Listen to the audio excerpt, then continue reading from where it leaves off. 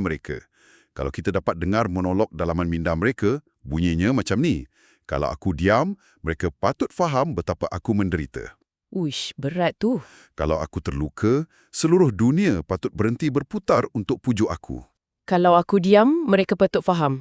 Itu satu beban mental yang sangat berat untuk dipikul oleh pasangan atau anak-anak. Okey, untuk tengok macam mana teori kejap, sebelum kita pergi lebih jauh, sumber-sumber psikologi yang kita rujuk selalu mengaitkan keadaan ini dengan kerangka dark triad, iaitu narsisisme, Machiavellianism dan psikopat. Bila dengar terma macam psikopat atau Machiavellian ni, saya terus terbayangkan pembunuh bersiri dalam dokumentari jenayah. Ya, bunyinya macam ekstrim sangat. Kan, macam ahli politik yang korup ke. Jadi, macam mana konsep yang ekstrim macam ni boleh wujud dalam kehidupan seharian? Maksud saya, macam mana benda ni ada kaitan dengan katakanlah seorang ibu yang penyayang atau kawan rapat kita sendiri? Itulah silap faham yang paling besar dalam masyarakat kita. Dark triad dalam konteks psikologi harian bukannya label untuk mengklasifikasikan seseorang tu sebagai syaitan atau pembunuh. Oh, bukan macam tu. Bukan. Ia sebenarnya merujuk kepada satu spektrum pemikiran dan kelakuan. Apa yang menarik di sini ialah elemen teras yang menggabungkan ketiga-tiga ciri ini adalah ketiadaan empati efektif. Empati efektif. Kejap, apa bezanya benda tu dengan empati biasa yang kita faham? Okey, macam ni. Empati ni ada dua jenis. Pertama, empati kognitif. Maknanya, mereka faham apa yang anda rasa. Mereka tahu, kalau mereka tengking, anda akan sedih. Okey, so dia tahu logik emosi tu. Tepat sekali. Kedua pula adalah empati efektif. Ini bermaksud mereka turut merasai kesedihan itu, yang secara semula jadi menghalang manusia normal daripada menyakiti orang lain. Empati efektif ni macam cermin emosi lah. Ya, individu dalam spektrum dark triad ni mempunyai empati kognitif yang sangat tinggi. Mereka pakar membaca emosi anda. Tapi, mereka tiada empati afektif. Maknanya, mereka boleh tengok anda menangis teresak-esak depan mata mereka, tapi di dalam hati mereka, langsung tiada sekelumit pun rasa serba salah. Wow, kedinginan emosi tu yang membolehkan mereka memanipulasi hubungan kan? Diorang guna kasih sayang sebagai senjata. Betul. Jadi mereka ni bukan orang asing. Mereka ni wujud dalam peranan yang sangat biasa dalam hidup kita. Maksudnya boleh jadi seorang ibu yang sering dilabel sebagai orang yang terlalu berkorban tu. Atau kakak yang sentiasa nak tentukan segalanya atas alasan dia lebih dulu makan garam. Ya, atau kawan rapat yang pegang segala rahsia anda sebagai alat ugutan tersembunyi. Tapi apa yang buat saya tertanya-tanya, macam mana kelakuan toksik macam ni boleh hidup subur, terutamanya dalam masyarakat timur kita ni? Sebab budaya kita sendiri yang sediakan perisai paling sempurna untuk mereka. Dalam kerangka budaya timur kita, dominasi itu tak selalu ditunjukkan secara agresif. Ia disembunyikan di sebalik nilai-nilai mulia masyarakat. Macam konsep pengorbanan, kesabaran, melebihkan keluarga. Tepat sekali. Ego seorang covert narsisis tak nampak egois di mata kasar. Ia nampak seperti kesetiaan yang luar biasa sucinya. Saya faham. Jadi, bayangkan kasih sayang yang diberikan itu sebenarnya adalah invoice emosi yang anda kena bayar seumur hidup. Setiap doa, setiap titik peluh, ada harga yang diletakkan pada leher mangsa. Metafora invoice tu memang sangat mengena. Tapi secara jujurnya, sebagai manusia biasa, kita semua perlukan pengiktirafan, betul tak? Kalau saya buat baik, saya pun nak orang hargai saya. Jadi, macam mana kita nak bezakan keperluan emosi yang sihat ni dengan manipulasi narsistik yang bahaya tu? Perbezaannya terletak pada apa yang dipanggil sebagai silent expectation atau jangkaan senyap. Kalau hubungan tu sihat, ia timbal balik. Anda beri, anda terima. Dan kalau ada apa-apa kekurangan, anda bincang secara terbuka. Komunikasi teluslah kan? Yap. Tapi ego narsistik jenis terselindung ni tak minta perhatian secara bersemuka. Mereka menyedut perhatian melalui rasa tanggungjawab, rasa bersalah dan ketakutan mangsa untuk kehilangan mereka. Kalau kita dapat dengar monolog dalaman minda mereka, bunyinya macam ni. Kalau aku diam, mereka patut faham betapa aku menderita. Uish, berat tu. Kalau aku terluka, seluruh dunia patut berhenti berputar untuk pujuk aku. Kalau aku diam, mereka patut faham. Itu satu beban mental yang sangat berat untuk dipikul oleh pasangan atau anak-anak. Okey, untuk tengok macam mana teori psikologi yang menakutkan beroperasi di alam realiti, mari kita bedah satu kajian kes yang ada dalam sumber kita. Kajian kes rumah tangga tu kan? Ya, Kita panggil je pasangan ni Zul dan Maya. Di sini kita akan nampak apa yang pakar gelar sebagai teater kesempurnaan. kisah Zul dan Maya ni memang satu masterclass tentang macam mana minda covert narsisis mencipta dua dunia yang berbeza. Satu dunia untuk tayangan awam, satu lagi untuk mangsa bila pintu dah ditutup. Okey, situasi dia macam ni untuk anda yang sedang mendengar. Zul dan Maya baru balik dari sebuah majlis makan malam mewah. Di media sosial, Maya baru je muat naik gambar berdua dengan caption yang sangat manis. Dia tulis, "Syurga dunia, imamku yang sentiasa menyokong impianku." Caption yang sempurna. Kan? Dia dapat ribuan likes, komen, puji-pujian. Kata mereka ni couple goals. Tapi, sebaik saja pintu kereta ditutup, suasana berubah 180 darjah. Maya terus memarahi Zul. Terus tukar watak. Ya, puncanya sebab Zul merendah diri ketika berborak dengan isteri seorang VIP di majlis tu. Maya marah sebab dia nak Zul nampak hebat, nampak berkuasa untuk jaga reputasi dia. Saya macam kurang faham sikit kat sini. Maya baru je puji Zul melambung-lambung di internet. Kenapa dia nak rendahkan dan maki Zul dalam kereta? Bukankah kejayaan suami tu patutnya naikkan status isteri juga? Kalau ikut logik orang biasa, memang macam tu.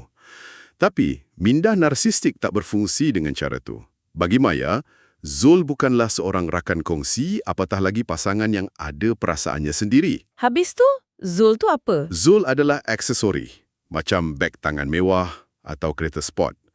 Gambar di media sosial tadi tu ibarat Maya menayangkan aksesori miliknya kepada dunia luar. Wow, dia layan suami macam barang tayangan je. Ya, dan di dalam kereta tu, Maya menghukum Zul sebab aksesori tu seolah-olah tak berfungsi mengikut skrip Maya. Maya tak nak Zul nampak hebat untuk diri Zul sendiri. Maya nak Zul nampak hebat supaya Maya dipandang tinggi kerana memiliki Zul. Jadi bila Zul merendah diri macam manusia biasa yang humble, Maya rasa imej sempurnanya dah tercalar. Betul? Maknanya, realiti tentang siapa diri Zul yang sebenar tu langsung tak penting bagi dia. Lakonan tu yang utama. Ini bawa kita kepada satu taktik licik yang Maya mula guna bila Zul dapat tawaran projek besar di Putrajaya. Ini bahagian gaslighting yang sangat klasik. Ini impian setiap arkitek kan? Tapi Maya tak tumpang gembira. Sebaliknya, dia mainkan watak isteri yang risau. Dia ungkit kisah projek kecil Zul kat Damansara tahun lepas, projek yang ada masalah sebab pembekal lari. Tapi Maya putar belik sejarah. Dia ubah naratif tu. Ya, dia mula tanam keraguan. Dia kata Zul ni cepat cemas, tak stabil, tak mampu urus tekanan dan kononnya Maya lah yang selalu terpaksa tanggung beban emosi bila Zul rebah. Taktik ini dalam terma psikologi dikenali sebagai gaslighting, tapi ini adalah versi covert yang sangat halus. Maya tak cakap secara terus terang macam, Zul, kau bodoh dan tak layak dapat projek ni. Sebab kalau dia cakap macam tu, Zul mesti akan melawan balik kan? Tepat. Sebaliknya, Maya guna senjata yang dipanggil plausible deniability atau penafian munasabah. Dia pakai topeng empati dan kerisauan. Dia akan cakap macam, Abang, saya cakap ni sebab saya sayang abang. Saya tak nak abang sakit macam dulu. Oh, jadi dia guna kasih sayang sebagai alasan nak hancurkan keyakinan Zul? Ya, matlamat utama dia adalah untuk menanam racun keraguan dalam minda Zul. Dia nak Zul rasa yang dirinya tu cacat emosi, tak mampu berdiri atas kaki sendiri tanpa bimbingan Maya. Contohnya bila Zul tegur Maya beli beg tangan harga RM5,000 guna duit deposit rumah, Maya terus keluarkan senjata seterusnya. Victim card. Betul, victim card. Maya terus menangis teresak-esak. Dia ungkit macam mana dia sanggup tinggalkan impian kerjayanya semata-mata nak kahwin dengan Zul. Dia tuduh Zul tak hargai pengorbanan dia dan kata Zul cuma nampak nilai duit berbanding nilai isteri. Kesudahannya, Zul yang pergi melutut minta maaf dari luar pintu bilik yang Maya kunci dari dalam. Fenomena ini ada nama klinikalnya, DARVO. Singkatan kepada Deny, Attack and Reverse, Victim and Offender. Deny, attack, reverse. Okey, macam mana tu? Mula-mula, Maya dia nafikan kesalahannya berbelanja boros. Kemudian dia attack.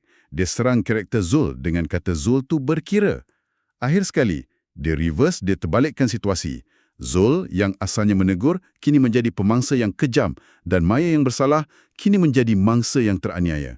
Manipulasi emosi grade tertinggi. Memang psiko. Lepas fasa ni, kita tengok pula macam mana Maya mula mengasingkan Zul dari dunia luar. Maya tolak permintaan Zul nak balik kampung jenguk ibunya, Mak Som. Alasannya apa kali ni? Kononnya Mak Som selalu sindir dia pasal isu anak. Lepas tu, Maya jauhkan Zul dari kawan karibnya, Kamil. Dia tuduh Kamil tu cemburu dengan kemewahan dan nak hancurkan rumah tangga tu. Di sinilah ia jadi sangat menarik bagi saya. Kalau kita fikir balik, Maya ni umpama seorang pengarah filem. Dia potong skrip, dia sunting babak, dia buang setiap pelakon pembantu dalam hidup Zul. Mak Som dibuang, Kamil dibuang. Analogi pengarah filem tu memang kena sangat. Kan? Sebab dia nak pastikan dalam panggung wayang, hidup Zul tu, Maya je satu-satunya bintang utama dan pelindung. Kenapa kejayaan atau sokongan orang luar dianggap ancaman besar? Kalau kita kaitkan dengan gambaran yang lebih besar, kenapa pengarah nak buang pelakon pembantu? Sebab dia tak nak ada plot twist yang luar kawalan dia. Kawan-kawan macam Kamil atau ibu macam Mak Som berfungsi sebagai cermin realiti untuk Zul. Oh, jadi kalau ada orang luar, Zul boleh cerita masalah. Dan orang tu akan bagi tahu, isteri kau buat ni tak normal. Betul. Kalau Zul ada cermin realiti lain, dia akan nampak yang skrip Maya tu penuh kepalsuan. Pemangsa dalam spektrum Dark Triad ni sangat sedar, mangsa yang bersendirian adalah mangsa yang paling mudah dikawal. Keyakinan Zul akan membebaskan dia dari penjara kebergantungan emosi. Bagi narsisis, kebebasan mangsa tu adalah ancaman. Okey, persoalan saya sekarang, kalau Zul dah diasingkan, kawan dah tak ada, keyakinan diri dah hancur, maknanya Maya dah menang mutlak kan? Jadi kenapa Maya masih perlu cipta drama emosi dalam rumah? Kenapa dia nak bagi silent treatment berhari-hari tanpa sebab? Kenapa tak biarkan je Zul hidup tenang di bawah telunjuk dia? Sebab kawalan tu perlukan penyelenggaraan. Ini dipanggil intermittent reinforcement atau peneguhan berkala. Ini sebenarnya rahsia paling gelap kenapa mangsa susah sangat nak tinggalkan hubungan toksik. Hubungan tu tak 100% buruk. Oh, ada hari baiknya. Ya. Ada hari tertentu, Maya layan Zul macam raja. Zul rasa sangat disayangi. Tapi esoknya, tiba-tiba Maya membisu. Hukuman kebisuan ini takkan berakhir selagi Zul tak beli sesuatu yang berharga, macam gelang emas. Lepas dapat gelang, barulah Maya tersenyum dan peluk Zul balik. Gila! Zul sedang dilatih macam haiwan kat sarkas. Buat perkara pengurus suka, dapat gula-gula. Buat silap yang dia sendiri tak tahu apa, dihukum. Lebih menakutkan, kitaran ini mencipta ikatan trauma atau trauma bond yang mengubah biokimia otak mangsa. Biokimia? Kitaran manis pahit ni bertindak macam dadah ke dalam otak. Secara harfiah ya, bila Maya bagi silent treatment, otak Zul dibanjiri kortisol, hormon stres. Zul rasa sakit dada, berdebar, fikirannya bercelaru mencari penyelesaian. Tapi bila Maya tersenyum lepas dapat gelang emas tu, otak Zul terus merembeskan dopamin dan oksitosin. Perasaan lega tu mesti luar biasa. Memang. Dan itu yang Zul ketagih. Sama mekanismenya dengan ketagihan main mesin slot kat kasino. Kalau sentiasa kalah, orang berhenti main. Tapi mesin tu direka supaya anda menang sesekali secara rawak. Zul kekal dalam perkahwinan tu bukan sebab cinta lagi, tapi tubuhnya menagih kelegaan kimia tu. Cuba anda yang sedang mendengar ni fikir sejenak. Pernah tak dalam mana-mana hubungan anda dengan pasangan ke, keluarga ke, tempat kerja ke, anda terpaksa rendahkan maruah, minta maaf untuk benda yang anda tak pasti pun salah siapa, semata-mata nak tamatkan kesunyian yang menyeksakan tu? Kalau pernah, anda mungkin sedang dimanipulasi secara biologi. Ya, itu tanda amaran yang sangat jelas. Tapi setiap manusia ada had dia. Masuk tahun ke-5, Zul capai titik patah dia. Dia kemas beg, nak balik kampung, nekat nak cari ruang bernafas. Di sinilah topeng suci Maya mula retak 1000. Bila nampak Zul bawa beg, Maya tak merayu dengan sedih. Sebaliknya, dia menggugut. Maya jerit, kalau abang keluar, saya pastikan satu dunia tahu abang ni lelaki dayus, tinggalkan isteri tengah sakit. Dia mula tunjuk warna sebenar. Bila Zul buat tak layan dan terus jalan, suara narsistik tu meletus. Dia membaling cawan teh ke dinding, maki hamun panggil Zul lemah.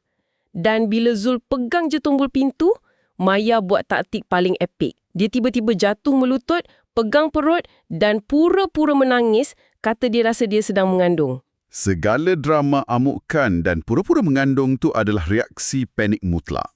Narsisis sentiasa perlukan narcissistic supply, sumber perhatian mereka. Apabila mangsa mengemas beg, bekalan tu terputus. Jadi, ugutan tu adalah percubaan terdesak nak aktifkan rasa simpati atau ketakutan mangsa. Zul berjaya lepaskan diri hari tu. Tapi penderitaan dia belum tamat. Zul baru je sampai kampung, duduk tengangkan fikiran bawah pokok mangga dengan mak dia. Tiba-tiba, telefon berbunyi tanpa henti. Rupa-rupanya, Maya dah mulakan fasa kempen memburukkan atau smear campaign. Ini fasa yang sangat bahaya untuk reputasi mangsa. Maya muat naik gambar ke Instagram. Gambar tangan dia dicucuk jarum IV drip ke hospital dengan caption, beracun, ditinggalkan sendirian saat berbadan dua, sehelai sepinggang tanpa arah tuju. Komen memang meletup lah. Semua netizen maki Zul. Lebih teruk, bapa saudara Zul, Pak Long, WhatsApp maki Zul panggil dia pengecut sebab malukan maruah keluarga. Zul terus dijatuhkan hukuman awam sebelum dia sempat buka mulut. Smear campaign ni kita kena faham betul-betul. Ia bukan sekadar Maya cari bahu untuk menangis. Ini peperangan psikologi terancang. Tujuannya adalah mencemarkan kredibiliti mangsa. Kalau lepas ni Zul cuba cerita dia didera emosi, tak ada siapa nak percaya. Sebab Maya dah cop dirinya sebagai mangsa teraniaya. Dia potong jalan Zul dulu. Ya. Ia direka supaya mangsa rasa sangat tersepit, diasingkan masyarakat, sampai mangsa terpaksa merangkak balik kepada manipulator semata-mata nak jernihkan nama. Maya cuba kurung Zul semula guna tekanan sosial. Diri tu membosankan, macam batu kelabu je. Teknik yang sangat berkesan. Bila Maya nampak taktik smear campaign tu tak jalan, dia buat U-turn. Dia tukar strategi kepada hoovering. Macam mesin vacuum nak sedut habuk balik. Tiba-tiba nada dia berubah. Dia hantar gambar nostalgia, cuti kat Paris, merayu, kata dia sedang belajar nak jadi isteri yang baik. Puncaknya, pukul 3 pagi Maya buat video call. Ini bahagian yang kritikal ni.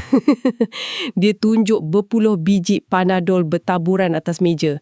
Sambil menangis, dia ugut nak bunuh diri sebab tak boleh bernafas tanpa Zul. Ini menimbulkan satu persoalan penting untuk saya. Masa saya baca babak ni, saya sendiri terfikir, kesiannya. Macam mana kita nak tahu air mata lebat tu palsu? Mungkin Maya betul-betul rasa bersalah dan kehilangan. Inilah perangkap di mana ramai mangsa tewas. Ingat balik ketidakkan empati efektif di awal perbincangan kita.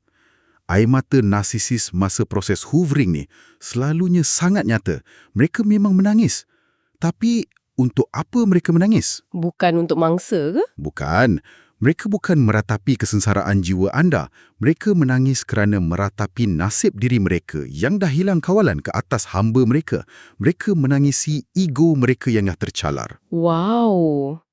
Dan ini dibuktikan dengan ujian yang Zul buat malam tu juga. Zul tengah goyah, tapi dia masih waras. Dia cakap dengan tenang kat video call tu, saya takkan balik malam ni. Tapi awak jangan risau. Saya dah hubungi Kamil dan dia on the way dengan ambulans ke rumah kita sekarang nak selamatkan awak. Ujian yang sangat bijak. Serta-merta dan ini yang buat bulu roma saya meremang, tangisan mendayu Maya terhenti macam suis kena tutup. Matanya renung tajam skrin. Kesedihan lesap diganti dengan riak kebencian mutlak. Maya maki Zul, kau memang nak malukan aku depan jiran-jiran bawa ambulans kemari kan? Terus dia tetap call. Topeng tu pecah. Tiada cubaan bunuh diri, semuanya skrip teater je. Bila Zul sebut je ambulans, skrip Maya terbatal.